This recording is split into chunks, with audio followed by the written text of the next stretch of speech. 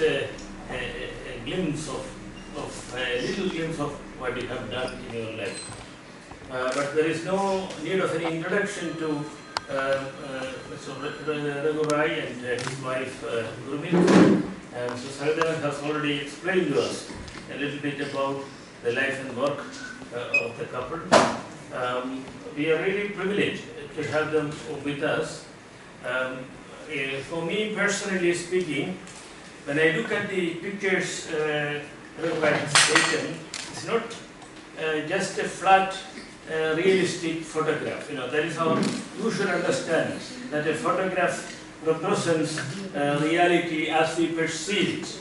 But when you look at it, you actually enter it. You enter a new universe. Windows after windows are open through that one vision. So that's the greatness of it. There, photography becomes art, real art. So we have an artist, I would say 2 artists with us. So we would have some time with you, sir. We can have a little informal conversation with us about your life and experience. Again, I would say personally, his pictures are very profoundly spiritual. Because when we understand reality as a result of our sense perception, here is a person who takes us far beyond the sense perception and the reality which is constructed by that perception. And so you transcend, and that sense of transcendence makes you spiritual. So that is how the pictures are very spiritual as far as I am concerned. So we have a spiritual personality here, and it's no wonder that he has really gone so close to people like the Dalai Lama, Mother Teresa, and such great spiritual figures in our world. So we need to travel with them, we need to take a pilgrimage with them, with the pictures. So that's what I would say. It's not just seeing the pictures, watching the pictures, but traveling step by step with them, in spirit and in truth. Thank you very much. Thank you. Shall we? Maybe we'll just share some of your.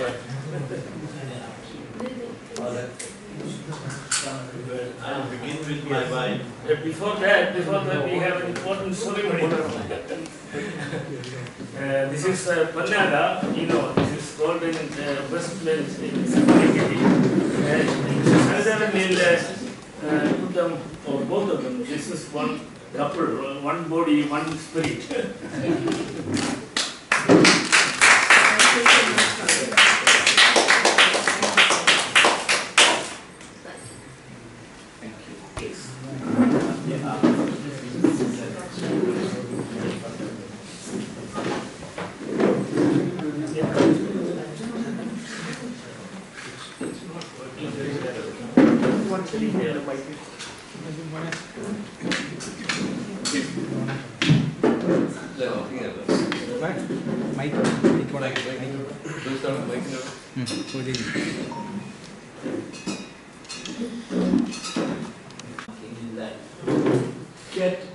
Try to collect as many blessings as you can. And those blessings are very precious. And that's why, Father, we love you for this, for inviting us here. And we are blessed and we are getting more blessings. Because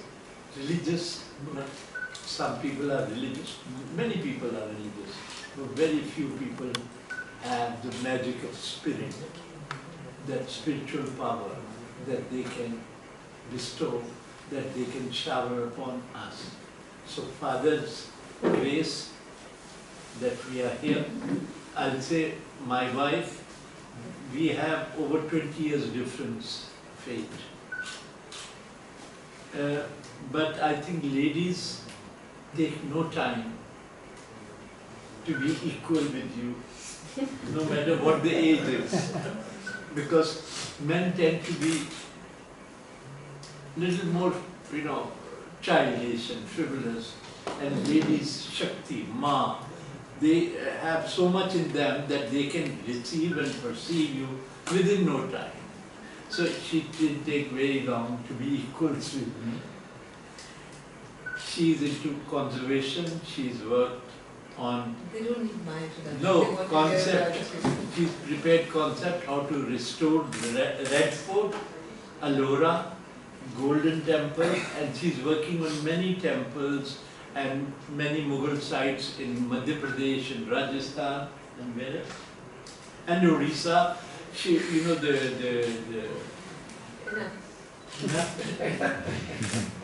but you know, about her, I joke, you know, that if her husband was a billionaire, she would have restored all the monuments of the country. But unfortunately, he happens to be a photographer only. So I have failed her in that. But she continues, and what is good about her, that I am 75, she pushes me into doing things. And that makes me come alive. So it's a very precious relationship. About me, she will speak about other details herself. About me, Father, I must say one thing. The spiritual part of life is most precious. Even when I share my thoughts and ideas with young people, I am sometimes asked to go to schools and colleges to speak to young people, even to other photographers and artists. I say, in each one of us, there are two people residing almost simultaneously. One is the thinking person, and the other is the instinctive spirit in us. Now, you see, I joke around that thinking process is necessary for politicians, for businessmen, for people who want to run the world. But for creative people, it's very important that your eyes should be connected to your heart, so that when you look at the world with feelings and instinct. And Father, as he felt or explained that my pictures are spiritual because I do not think. And I tell young people also, don't think. Leave the thinking to other people. You respond from your heart, you take a picture from your heart, and that will have emotions and feelings and instinct. Then other people will think, wow. If you begin to think, then thinking, this storehouse, this computer has so much knowledge that we've collected from other sources. So that becomes a second-hand knowledge. And in creativity, in writing, in painting, in photography, in music, no thinking is required. You know, once you do the job instinctively, then you can say, oh my God, then you can think about it. Even philosophies are born later on. First of all, it's an intuitive experience and realization of life and nature, that you go through that experience and then you say, okay, this is what it was. So this part is very precious. Now, we come to Father's house, and I must say something about religion. With your permission, Father. Then you also have some Christians also. Yeah. No, you see, with due respect to every religion, actually when people ask me in interviews what is my faith, if I am inside a church, my faith lies there. Unless I have the faith and feeling in the people that I am photographing, I cannot do it well. Because if I go with the idea that I am a Hindu, and I have to take some pictures here, no. If I go to a masjid, my faith is there. Because for me, these are, maaf kijiyega, forgive me, these are all man-made ideologies and philosophies. Because Christ never preached this. Christian, Buddha never preached those things. They just preached something totally different. And today we are stuck with everyday religion. I'm sorry, religion has caused so much damage to the world. And it's still going on. And in Islam, now Hindutva, everything else, Christianity, we were in Jerusalem and we saw how the Jews, the real Jews there inside are so fanatic about their religion. If this is what religion is, because I feel that Christ, Buddha, Guru Nanak, these great souls, they were saintly souls who came in the body of a human being. But what was so magical about them?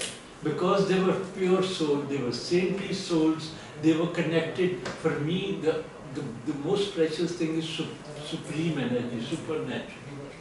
And these great people were connected with supreme energy. So they were good conductor of supernatural. So if they saw any sick person and they touched the person, that supreme energy was working through them. And they healed the people. I have to say this, that they have come and gone. And nobody is coming back again. It's between us to become one of us. To have that kind of honest spiritual connection with everybody else. For me, my religion is my profession, and that teaches me so much about anything and everything else. So similarly, for me, and of course I collect my blessings, and I do have my own way of, not meditating. When I take pictures, there are moments of fullness and meditation, because when I become one with the situation, when I have connection with every inch of space. You see, in Hinduism they say, Kan Kan mein Bhagwan hai. God exists in every dust particle. It doesn't mean that you pick up this and you'll find God, or you pick up this, there'll be God. To me, the interpretation, the understanding is Kan Kan mein Bhagwan. I'm sure some of you understand Hindi. That even the little particle has God in it. For me, it signifies, as a photographer, that if you learn to connect with everything around you and don't ignore big or small, because that itself gives what Mother taught me, Mother Teresa. First thing she told me, you are going to be taking photographs here. Please remember, young man, the dignity of man, dignity of each human being has to be kept. So that aspect was so precious for me that I said, Mother has scared me, literally scared me. Because when you begin to take pictures, you have wild energy and you want to capture anything and everything. But she said, dignity of man, every human being. So if you respect your profession, if you come from your heart, you will be respectful to anybody and everybody. Religion comes much later. First comes the direct contact between not even, even on the roadside, when you're passing or you're standing and you're seeing passerbys and you're looking at people, sometimes the connection is made because you are ready to receive the energies, the feelings. And that is what is so magical about human being. Now, you see, a friend of mine said something very great. He says the biggest invention of mankind was that he invented a God for himself. We went to Mexico for a month, we were there, and in Oaxaca, one of their tribal areas, in a big church, it was a shell of a church, huge structure of the church. And it was taken over by the tribals of that day. Chapas. And you go inside and you have several groups sitting at different places. And they have their own God, big wooden structures of God they've made. So they make their God, they dance around it, they sing around it, they drink, they offer drinks to their God, and they pray to him that please bring prosperity and goodness in our lives. And if he doesn't, then they break his arm. What kind of God is this? And then they pray again, and if he doesn't, they break the other arm, they break his leg, they make another god. It's true. So, you know, this is one thing. The other thing is the fanaticism of religion, which has taken mankind backward.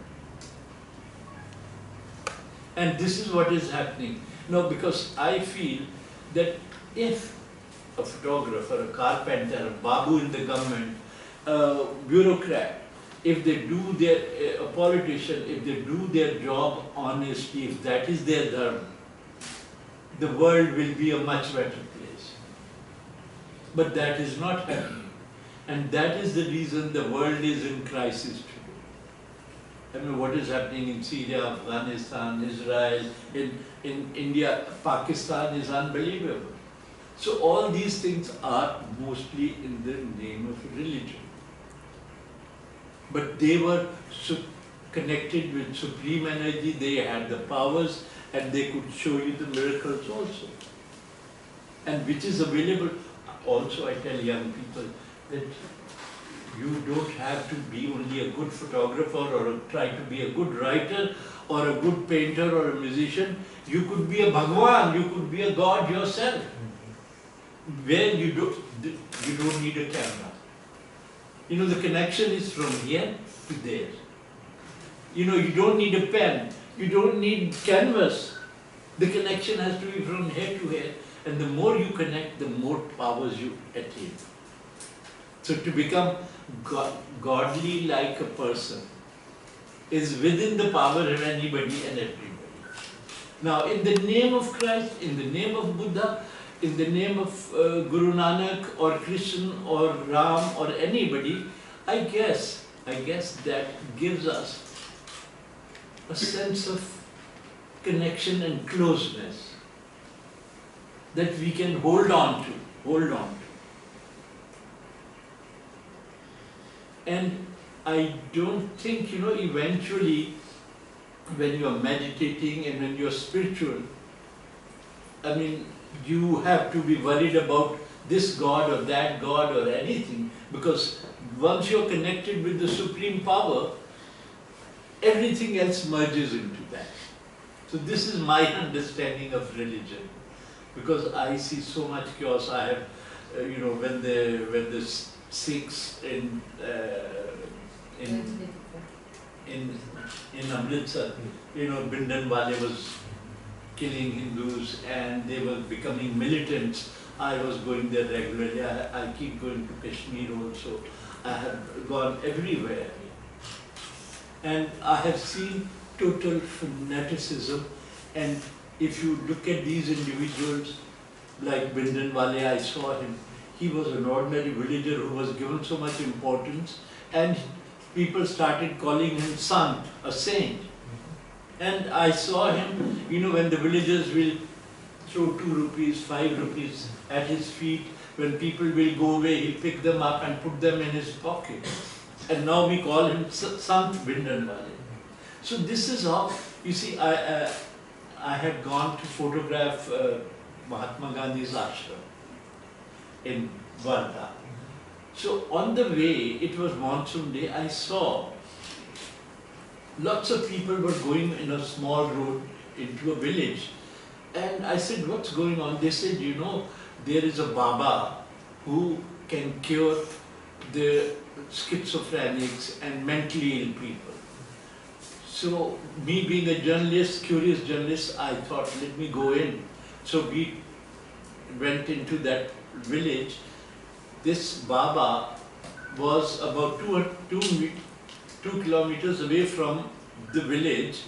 There were tents and sheds, and there were a whole lot of men and women who were maybe spiritually disturbed or you know, mentally unbalanced.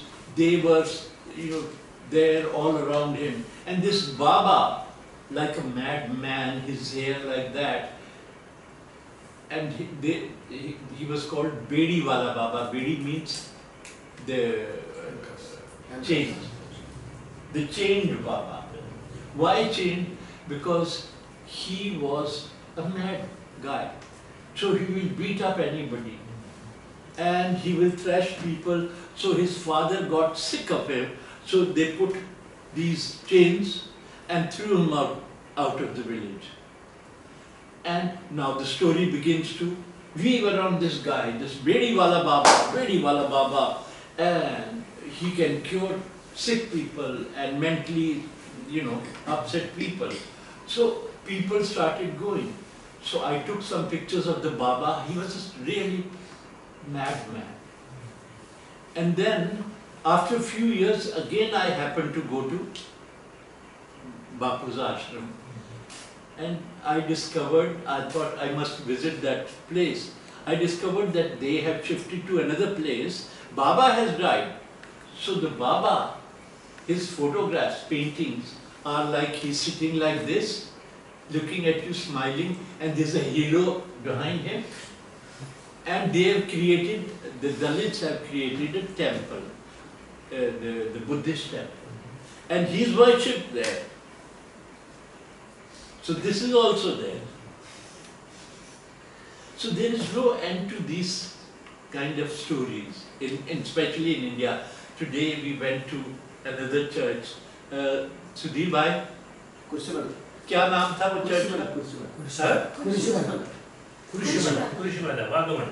Yeah. Is that? No, they are acharyas. They are in Bhagwas. Yeah. And the priest. I couldn't believe my eyes. And they have painted a photograph of Christ sitting in yogic posture. I wish the religion was so free and easy for anybody that they can paint their God the way they want. It's beautiful. Because the moment you draw lines, those lines get drawn everywhere. They get translated into daily life also. But I was amazed. And they wear bhagwas, they wear saffron, dhoti and kurta. And they were 3-4 gentlemen that I met in bhagwas. They were wonderful human beings. I could feel their spirit.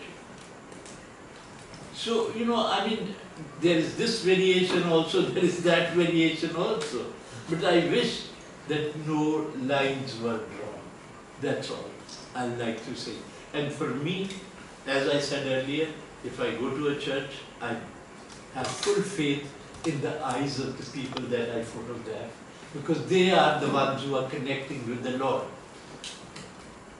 Similarly, in mandir, in gurdwara, wherever, if they are truly the followers, their eyes will have different feeling. But if they go there after, doing their business and cheating somebody else to thank the Lord that you've given me so much money, then there is no end to these games. Can we ask some questions also to you? Yes, yes, sure. If there is any, Raghu Rai, you have gone through hundreds and thousands of aspects of India. Yeah. Not only religion, but politics, culture, personalities, comedy and tragedy, and there is no end to that. And what finally strikes you as the essence of India, or the soul of India? Well, each different experience has its own story and its own emotions about it that one needs to capture.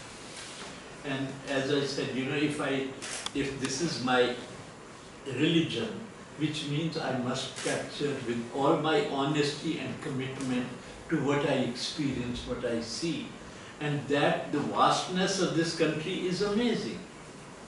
And that's what I try to depict in every situation, wherever, whatever touches me instinctively. Not my mind, because mind tends to be clever. But your spirit, your instinct will never play any game with anybody. That will capture the truth. Even my photographs of Indira Gandhi she was, actually in '66 she took over as the Prime Minister of the country, and that's the time when I started taking pictures. And I photographed her for almost 20 years. But sometimes my editors were against her because they have political alignments.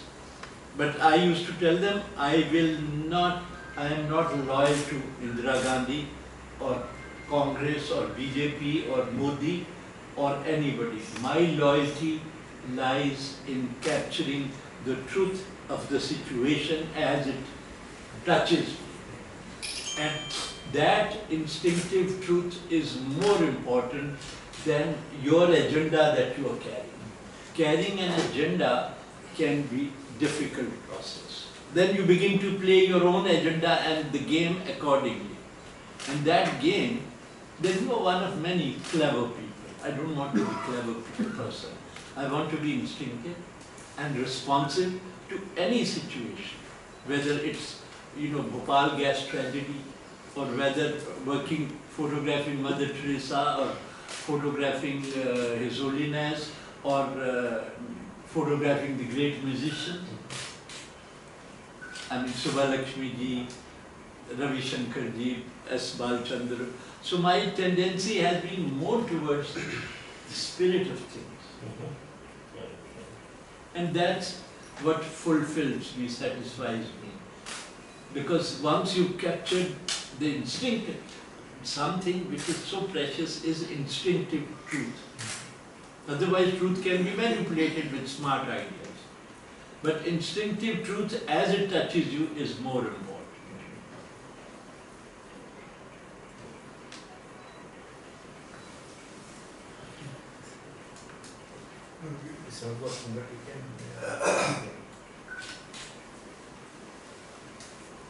In fact, it was a very happy and rare moment for all of us, because we could get some time to spend with the great national celebrity in Raghu Rai and our gourmets.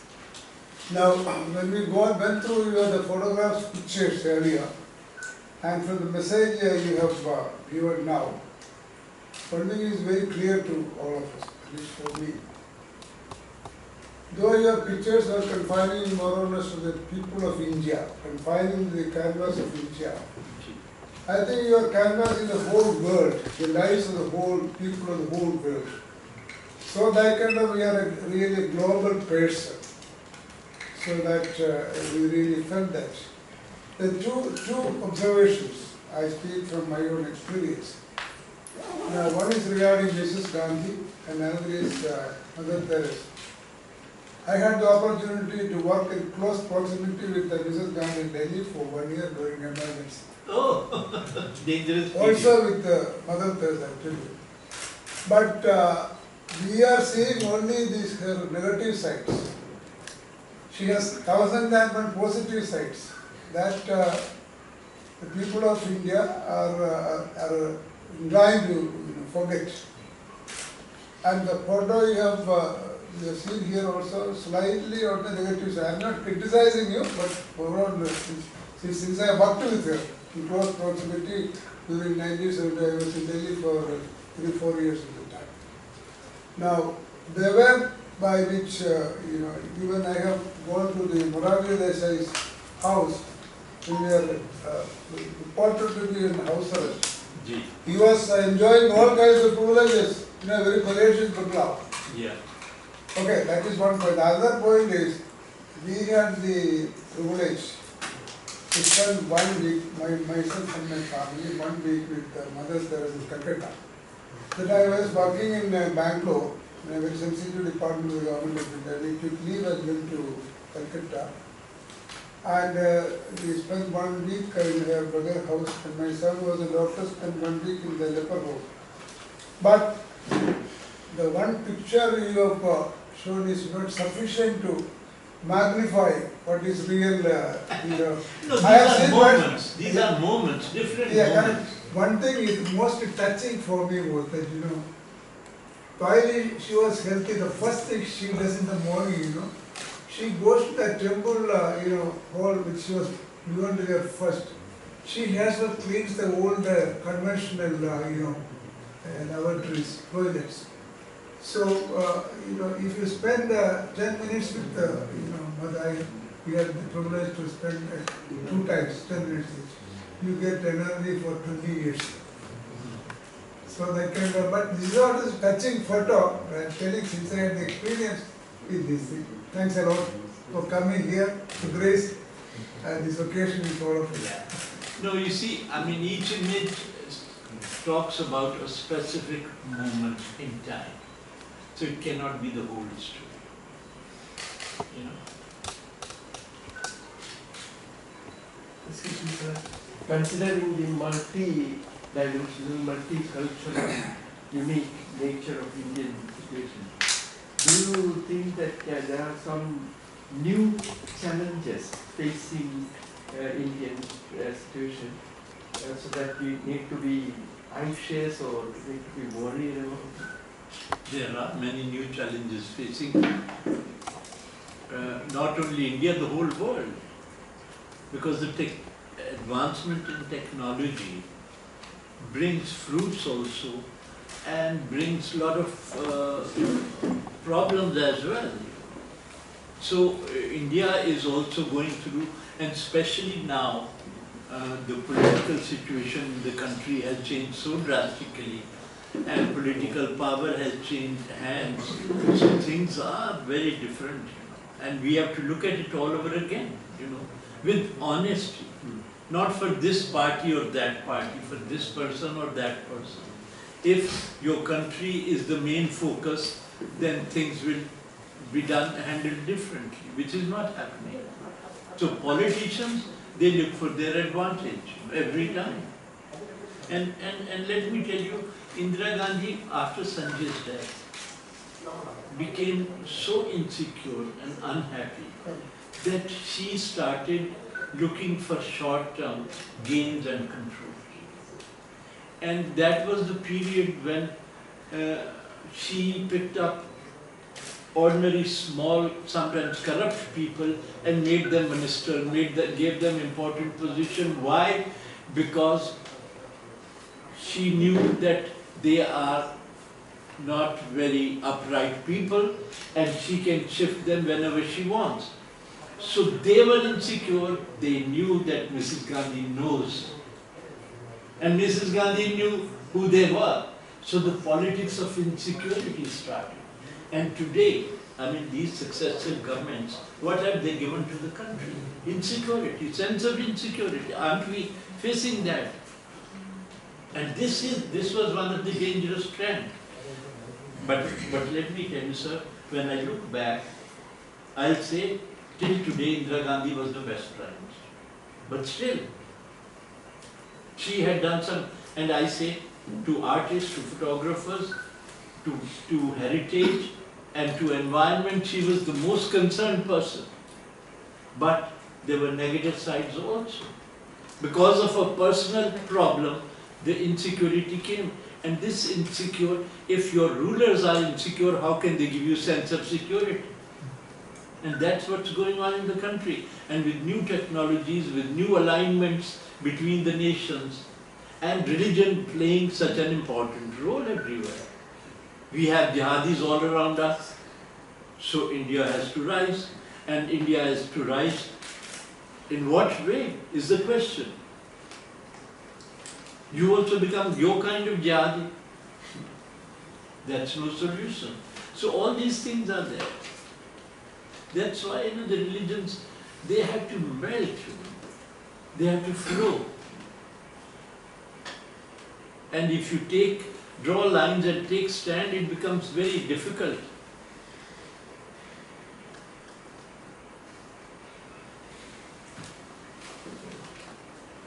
Yes, sir. Questions. Okay. I can, and then go ahead. Sir, you have been photographing from the film age to the digital age. How do you find the change happening, and how do you find the correct moment to capture? No, digital technology, see, that was technology, this is technology.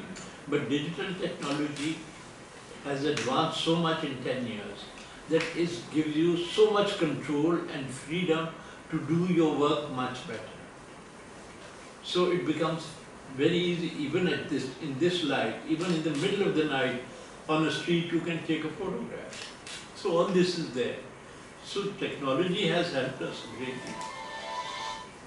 I wanted to ask that question because many of the photographers I met, they have said that technology has actually ruined this business between light and darkness, because you have No, why? selected for this black and white.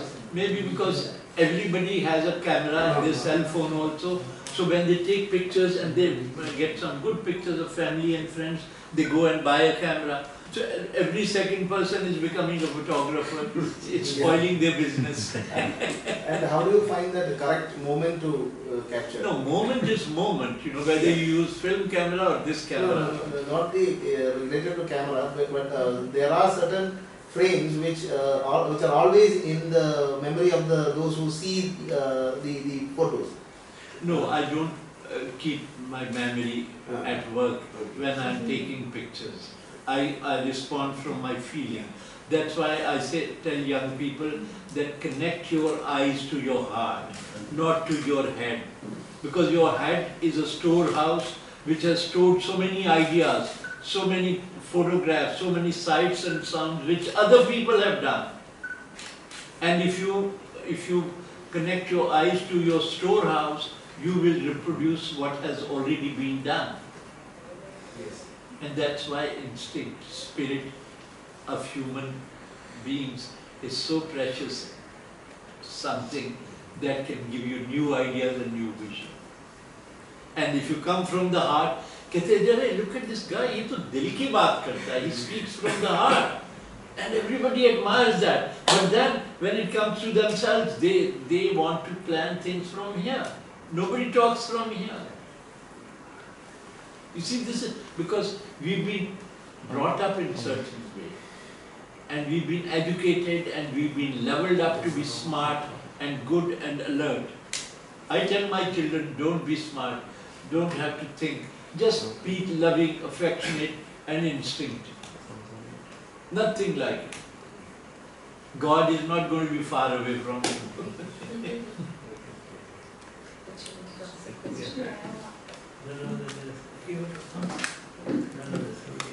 Something similar to this. Earlier, photography is always considered as an art. Now, the virtual reality, it has taken some sort of a role of a manipulator or something like that. It's a kind of domination, manipulation. As a photojournalist, how do you look at this shift? You're talking about aerial photography. Both. Just a comparing. Earlier, it was like an art. Purely like an art. Now in the virtual age, it's no more an art. It's a kind of manipulative things and all these things. So many things are coming out. No, you see, because human mind is at play with technology. And with the help of technology today, you can almost create anything on your computer. So it might look very fascinating and different. But when after a few days, when you look at it and you want to know the content, the magic of it, the spirit of it, it isn't there. And that's where mankind is losing to technology. You know, today you don't have to go to the office. You sit on your computer and you type your story, or you type your thesis and send it to wherever you want. So the human contact is getting lost. How can we do that? This is where the flaw is. Yeah. I think another part of the question is that earlier photography was considered as an art. If you look at earlier magnum photos, photographers and all that. And today you're saying it's so much more accessible and it's not considered art, it's kind of Exactly, that's devalued. it. You saying it's devalued, is it accessible? Because so many people are doing colorful pictures. You know, you put your camera on autofocus, auto exposure, it takes flawlessly colorful picture. So everybody's a photographer, Instagram is overloaded with pictures. But you see, it's like this.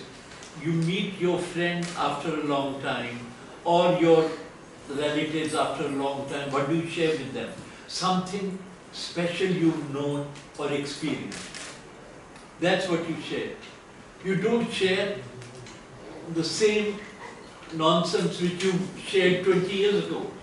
So these Instagram and photography is being shared on that level. Cut, same again, over and over and over again. And that's why it's not stimulating and charging up your spirit.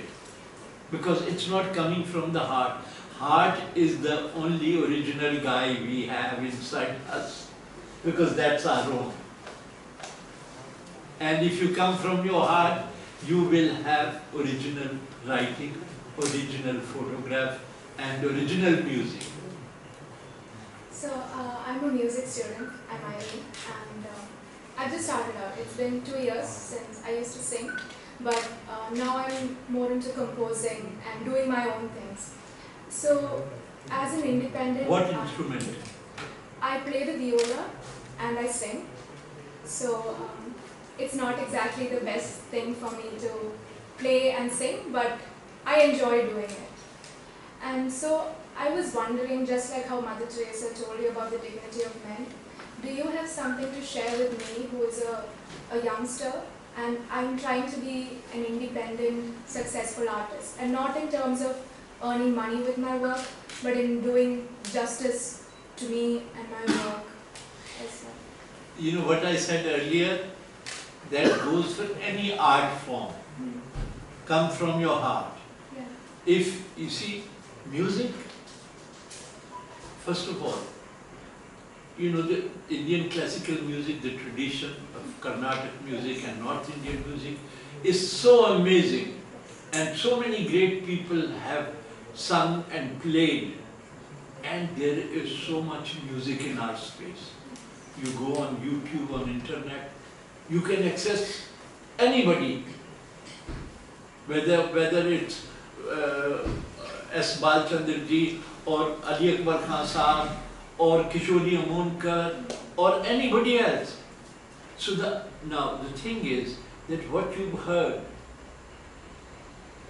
and what you've enjoyed must seep in, and then you you process it in your heart with your own feelings, and then create next sound, next experience of that rag by your own feeling. But you know, there are people who sing other people's songs, who are very popular songs.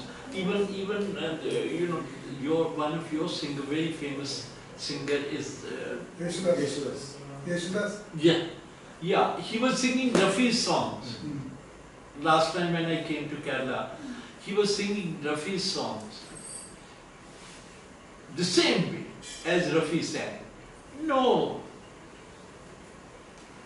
You know, you pick up that song and you add your energy into it.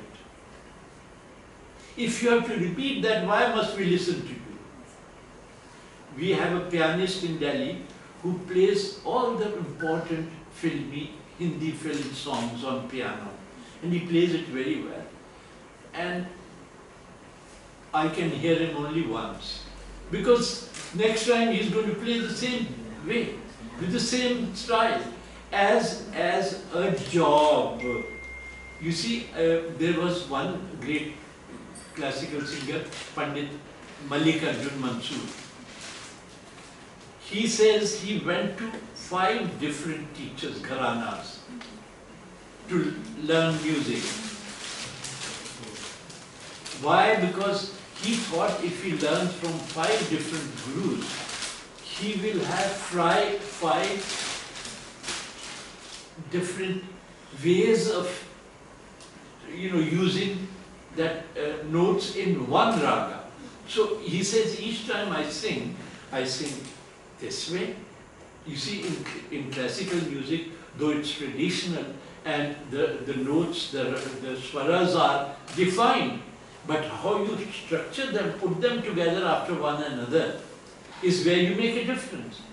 It doesn't mean that so and so sang it this way, I am also singing it this way. We don't need you. He was good. So you put your own energy and spirit into it. Don't get bound by the greatest singer. When I take pictures, I have, you know, Henri Cartier-Bresson, Ansel Adams, so many great photographers in the world. I admire their work, but when I begin to take pictures, they don't exist in that moment. Why? This is a very important question. Because they exist here. The great guys are here in your brain. in your thinking, in your memory, they are stored here. But I say, in creativity, you disconnect your eyes from your storehouse. And when you connect with your heart, your feeling, your emotions, your spirit, when you connect things from here, then nobody that exists, is stored here, comes in your way. It's really That's what you have to do in music.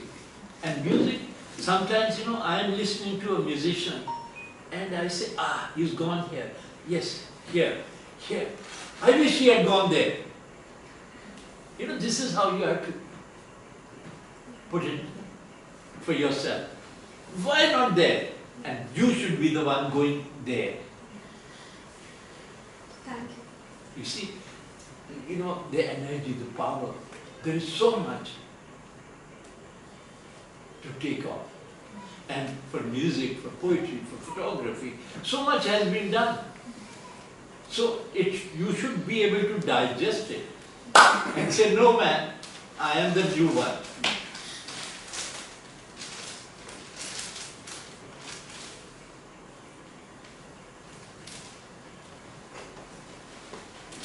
Madam, why don't you say something about your projects, the art of exhibition, Yes. and how the visual arts and photography helps in your art stream? It's quite interesting that there are too many strands to what you just mentioned just now. There's beauty in the classical work, but while I enjoy the classical, I like the vernacular as much. So it's like the commonality between both would be human expression and that purity of expression. The difference between architecture and art is that architecture is a work of a lot of people, and like they say, it's a mother of all arts, that you create a space which actually houses all forms of arts. So I do feel, kind of to be almost like, I would say blessed to be working in this discipline. But for me, I'm a conservation architect out of choice, because when I chose to be an architect, what I enjoyed was work with material. I like to work with my hands, and history. And also something to do with memory. And maybe it's and I do see in the field of conservation, there are, I would say 90% of the practitioners are women, not men. It's not a sector where you make money, but it's a sector which evokes an element of care, of memory, of nurturing, of creating a space where a lot of people get solace. So I feel very, very blessed to be working in this sector, because I heard somebody who kind of, where I understood that why do we like to do conservation? Because conservation is also an act of faith. And the kind of vocabulary we work with when you study conservation is about authenticity, about value-based planning, about integrity, not as a human value, but as a value of the space or the building or the site you're working with, that you cannot compromise the authenticity. You must respect the integrity of the site. You must do value-based planning. What is the outstanding universal value, the spirit of the place. That's the vocabulary of the conservation sector. And so I do feel that, when you're working, the vocation, like you said, when you extend yourself into the physical world, it's self-transformative. So what you do actually has an imprint on your own personality or your own person as you grow over time. So I see and I also believe that the kind of sites that one tends to work on is some are choices you make, and some of these sites that choose you. So I do find myself revisiting the same sites again and again at different points of my life. So I told my professor, who's a sociologist, that it seems like we keep visiting the same site again and again. So it's like, the world is round. He said it's not. It's, in the case of your profession, you're not in a circle, it's like a it's like a spring that every time you read, that site touches your life again, you're getting touched at a higher level. So if I were to map the kind of sites I have worked in, like I've worked on the Grand Trunk Road, and I see myself visiting the Grand Trunk Road after 15 years of my work again. It seems like something very, very simple, that you're working on a cultural route. But on the route, you're understanding it very differently. It's also like reading a book. As you get older, you read the same book, it has a different meaning. I've been working on the Golden Temple in Amritsar many times, and I've revisited the site to do different things. I see myself, there are lots of sites that have come back into my life again and again and again for a different purpose. And I do see that the first time I did the Grand Trunk Road, what I found very fascinating was that the Sufi Bhakti tradition of India was very much alive in the villages, and which, like even yesterday, we experienced here as well.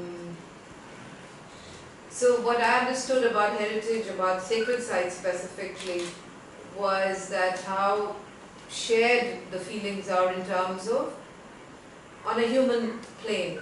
It's not so much about a deity or a building typology, it's a human expression. And that was a very big learning, and it kind of goes into your into your DNA. So now I find myself working in Kashmir, and I see the same feeling and the same learnings coming out intuitively in a very different context. So I have worked on lots of so-called important monuments, but the big ones touch me as much as the small ones. And so it's been a very, very enriching journey. Is there any connectivity between femininity, womanness and the conservation? It is, because I believe that the attribute of care is a very feminine attribute, and that's the first thing you need to do if you want to do conservation. That's your answer. That's my reading. No, even, your wife goes away for a few days and see what happens to the house. You barely do the minimum so that you can pass the day. The moment the lady of the house comes, everything is taken care of. The whole space, every room, every space comes alive. There she's very right, that mostly women are doing conservation because they run the house, they know the space. Similarly, on a larger context, their experience and understanding is larger than ours. There's also the negative side of it. Like when I was studying architecture, I understood building materials differently. They tell you about brick. So they tell you, okay, there's 3 types of bricks, class 1, class 2, class 3, and what are the differences. So, the class 1 is going to have very sharp edges, it's going to be well fired, when you hit 2 together, it'll create a ringing sound and all that. So you understand a material from the perspective of certain, attributes which define it. The moment you do conservation, you start understanding material from decay perspective. So you understand that the brick, if it's over fire, how does it impact a building? They put sodium chloride when they're making the bricks, and so you get this whiteness in the building because the salts start coming out, because of which the dust particles start shattering and your plasters decay, and this is how it functions. So you start understanding material from decay perspective. As a result, it has an impact on you also, because you start looking at the world from decay perspective, which is very spiritual but can also bog you down, And you get into this whole mode of being an organizer and a manager, and so it takes a toll on you. It's a very, very taxing thing. As it is as a woman, you've got to do multitasking. And then you become a conservation architect and you start thinking of everything to do from the management perspective and addressing decay. You're on a roller coaster ride. So it takes a toll on a person, So it's Also, your understanding of not just the monument, but as you explain you the life around it, the little homes and businesses around it which have been set up to conserve, The entire make them ecosystem. participate, as you say. Share that idea, because that is very precious. We think monument is just a monument, is to be preserved, but the life around it, that is settled, and that is happening. Mr. Bhatt, No, I did mention, I said, like, memory becomes very important. And whose memory? It's the community. So the challenge, not challenges, I think that's how conservation becomes very, very interesting. It's like a laboratory, it's a human laboratory. Because you're not just imagining the user is very much in front of you. So you've got to deal with what do you physically restore and what you decide to, that's not of value because somebody else decides what needs to be there, not you as so-called professional. So it's, again, that's a very, very, so no two projects look alike. You may have a similar framework and a checklist, but there's no commonality between two sides. It's not a one-size-fits. The way I look at it, the kind of things I tend to do. But if suppose I were to become a person who conserves only metal structures which are actually used for infrastructure and transport or something, and do bridges and do things like that, then maybe there'll be much controlled parameters to work with, which is scientific and all that. But the area I work with becomes very wide because it gets into communities and places and placemaking and sites like that. So. One doubt about the Indian architecture. When you visit Europe and America, there are centuries old very big mansions. So it was built so many centuries back. But in India, you don't find even a single building of that age. What's the reason why? We have got a lot of very good architects in India. Why it's not that? You mean the contemporary architecture? You're talking about? No, I'm talking about the last 5 centuries in India. Except maybe some monumental, like things like Taj Mahal or forts or something like that. Otherwise, when you compare with other countries, there is also a very old country. Why it is? No, actually, I would differ with you on this one because I think we have very, very rich building tradition. They may not be names of architects. In India, somehow the names are the of the patrons. When you look at from, I would say, the Guptas, the Cholas, the Chalukyas, all the different periods of architecture of kingdoms and rulers and so on. The kind of buildings we have in India, in fact the diversity and the technology, is in fact very, very much richer than I would say the Western tradition. One thought is that in the more recent times, in the last 500 years, if you're looking at the Islamic heritage here, like Taj Mahal, but there are many others, and you compare it with the building of cathedrals and all the Gothic and that particular architecture. There is a monumentality of these later years in the West. But if you look at the Indian tradition, for instance, if you look at the Ellora caves, and you see the Kailash cave, just one example, it's a monolithic rock. And the first people who have carved it have actually carved from the top and got the entire form of the cave.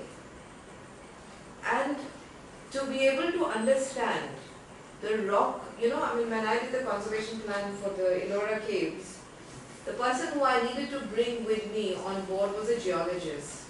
Because he had to explain to me the phenomena of the rock formation, which is millions of years old, and how the lava would flows, and you have these contact lines, and how these people who built that, who excavated the cave, understood the phenomena of the layers of lava to be able to decide which is the right site for making of these caves, which were built over from 8th century to the 12th century, over 400 years.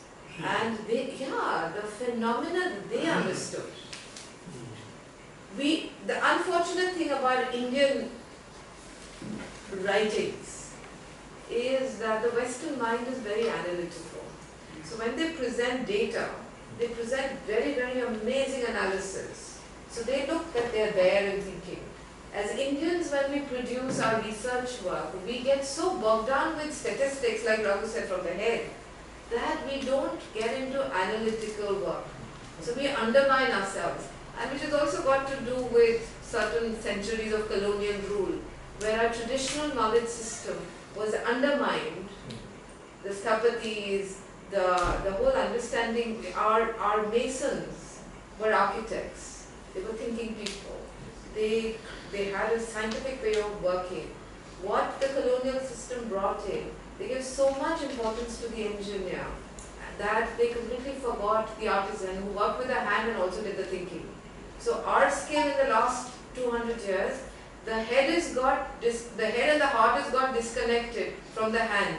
So our mason is devalued down there. So today if you ask the mason, can you build an Ajanta, an Ellora cave or a Taj Mahal? They're not capable of doing it because they've been undermined and it's gone into our DNA that we become third-rate citizens in our own country. So we are disconnected from our knowledge, and that's the unfortunate thing. Minji, I know that you are into a wider project like conservation. You may not be thinking about building something.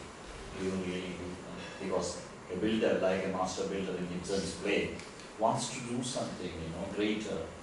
Don't you have any urge? Whether I want to do something bigger, it's interesting. I'm not. No, I know what you're saying. But for me, like I said, that when my interest in architecture came as a craftsman, and I was a potter first before I became an architect. So for me, modern materials don't excite me actually. If somebody gives me a project to do, unless the site context is very strong and the client is responsive to the context.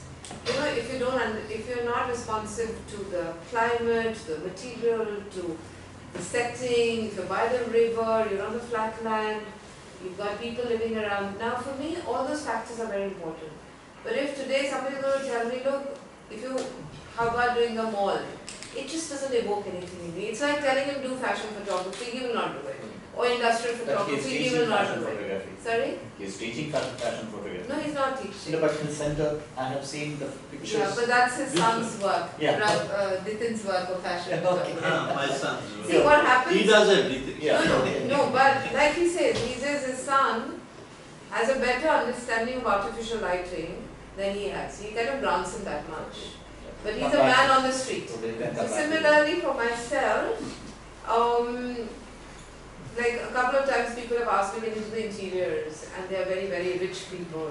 I said, I'm sorry, I can't go into a shop and look for chandeliers. It just I know that's not. It doesn't That's work why for I me. used Ibsen's master builder, not Yeah. So what I'm saying is that then I also feel the other thing, which is that I began with a particular way of looking at the world as a professional. I chose the profession, nobody put me in my mouth. Parents didn't say you must become an architect. It was a choice I made. And sometimes, and I see myself, because I'm the first generation conservation architect. When I say that is because it's the first college in India that started offering a program in architectural conservation is School of Planning in Delhi, which set up the program in 87 and I'm from the 89 batch. We had to create conditions for our practice because architects did not get opportunities to be conservation professionals because it was completely with the Archaeological Survey of India and for archaeologists and civil engineers. There's no space for architects. So I had to work with the government, on the government, and so I started working with the Ministry of Culture, then I started working with the tourism projects looking at culture, now I'm working with the Ministry of Urban Development looking at culture. It's a lifetime's work. If I step aside and say, look, today I want to make a big building, I'll do disservice to the profession, I'll do disservice to the learnings that I've acquired. What I meant was really, creating some model for, we have, you see the Kottayam town, Kottayam has the most oldest houses here. They don't build new ones. You know, I have seen so many houses kept, maintained the way it looked 50 years And back. they look beautiful. Isn't it? Isn't Yeah. it? Now, we want to create some models like that. So, people like you could do that. For example, you know, people have lost their aesthetics in buildings, but they go for Vastu and all those things, isn't it? Others get a little less. This Vastu, I don't know how much Vastu is playing Yeah. havoc in our life. You know, you have a very good wall, and just because the Vastu is not right, you are demolished, isn't it? That's what happening in our, you know, concept of building and housing and all those things. See, what I would like to say So- is that I am building, sorry, you're Yeah, completely. that's right. That my tagline is only you, people like you could bring in a model. No, I completely agree with that. Because we have. Thank you for that. I do make new buildings, I do design new buildings, but I like to work with line. In fact, that film that you're watching, there's a farm there. That's something built by me. Because I do believe in the science of architecture. Because for me, conservation is just not historic buildings, it's also the science behind it. So if I were to build, like you said, the house, if I had to build here, I would first try to understand why a certain sense of proportion you have here. Why do you use timber the way you use? What is the detailing of that particular, superstructure which has those louvers in a particular way?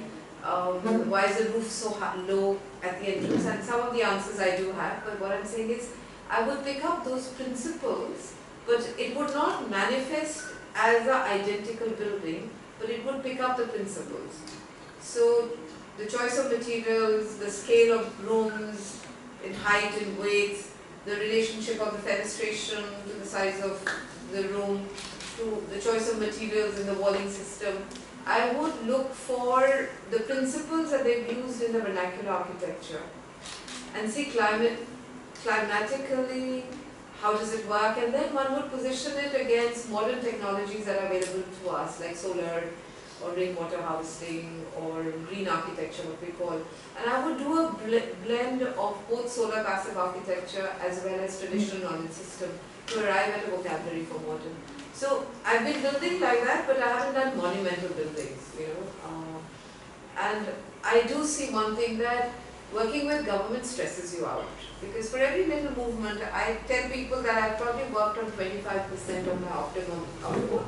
Because so much energy it takes to make the government systems move, that whenever I get to do a design expression, whether it's landscape or buildings or even working with a mason on the site, it's very therapeutic. It relaxes me. So that's an ideal mix, that you get to do policy, you get to do conservation, and you also get to do design intervention. That's an ideal mix. Well, Raisa, one more. You have been, I think you have eliminated more moments than capturing it. Yes. What is this process? Why? Well, what were you? And I have read that you were never satisfied. You were never satisfied at the moment, you abandoned it. I photograph a lot. The most complex situation or moment, where you can find truth or. I photograph a lot, and I pick up just a few, not even 1%. It could be I am inadequate in moments to capture the entirety of things, so they get left out. Because eventually when you are editing and you are selecting, then you are selecting instinctively. Again, instinct is important, not from your head. That you are thinking and you think this as this, that and that, so it works. It may work for other people, not for me. So where I feel that I haven't managed to capture that spirit, that magic, then I leave it out.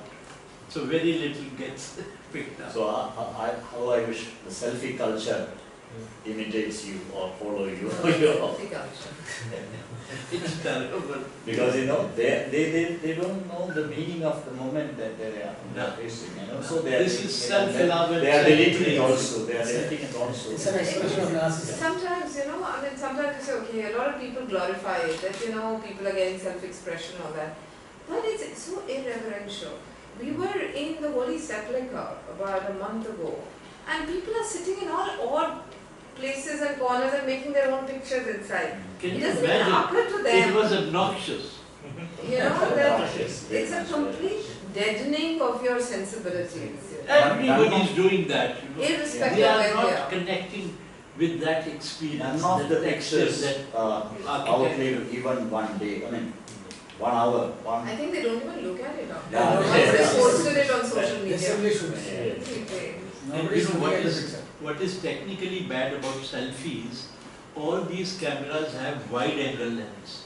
So when you take a portrait with a wide angle lens, it distorts your face. It's also right side left, I think it's also considered. And people still don't understand it. And she's given a perfect example of Holy Sepulchre. We were in awe. And imagine they are not in awe, they are doing this. You want to experience every bit of detail. And you want to be silent because that architecture is also so complex, Amazing, yeah. isn't it? I mean, layers within layers, forms within forms. And I mean, it takes you inside and deeper and deeper and deeper, and you're taking a selfie. Very, very far. This is the culture, today's culture, which is very sad. Like it says that it takes you, your moment of creativity is that it takes you inside. But the moment you're doing it, it's an antithesis. That selfie takes you completely out. So it's like really, Everything is ultra there, It's The left everything is becomes right, right. right becomes left, and and everything becomes thank the God self this becomes becomes top distorted, and bottom. visually and metaphorically. So probably we need to conclude this Yes. session. It's amazing, the infinite ways of exploring the same reality. Yeah, We have from photography to architecture and music. To spiritual and Yes. Of course, in India we What say, message is that? Yagam Sat Vipra Behuda Vadanti. Truth is one, but it is interpreted by the learned people in different ways. We can take that in a very positive way because there is no end to interpretation, yeah. there is no end to perspective. But reality is one. It's amazing. And both of you touch on the mystery which you explore. In spite of what you show outside, at the core is the mystery, which nobody can explore in an exhaustive way. So thank you very much. We could continue this very cordial conversation for a long time, but because of the other limitations, we need to conclude. On behalf of all our friends here, I just want to say a word of thanks and to give to a little powerful thing from Kerala, the elephant capitalism, the ornamental thing on the head and trunk of the elephant. Wow. This is a trophy. Yeah,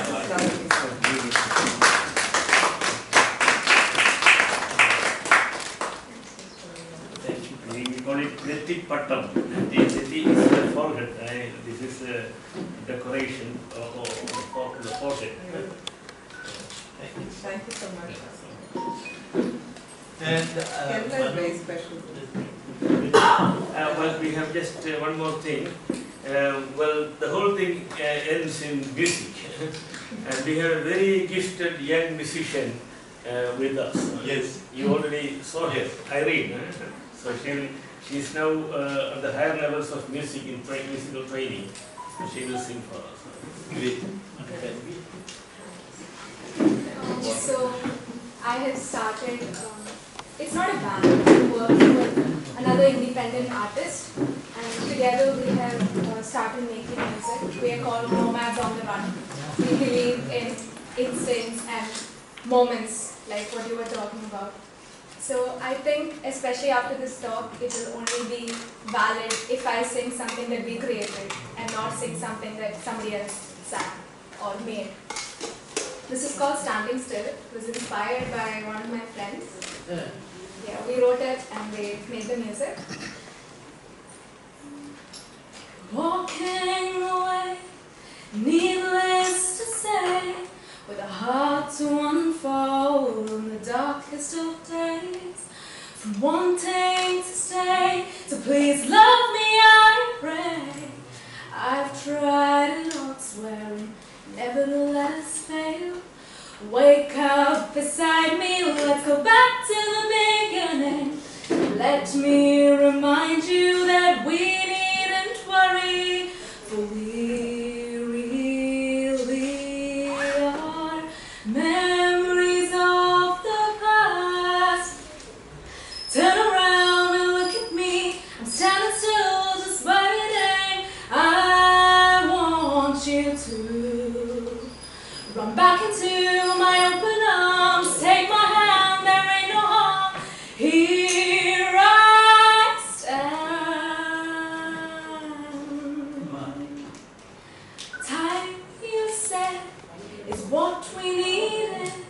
A few years later, we are here, back to square one, and all alone. Still don't know where we'll go. Into your eyes, let me stare as I run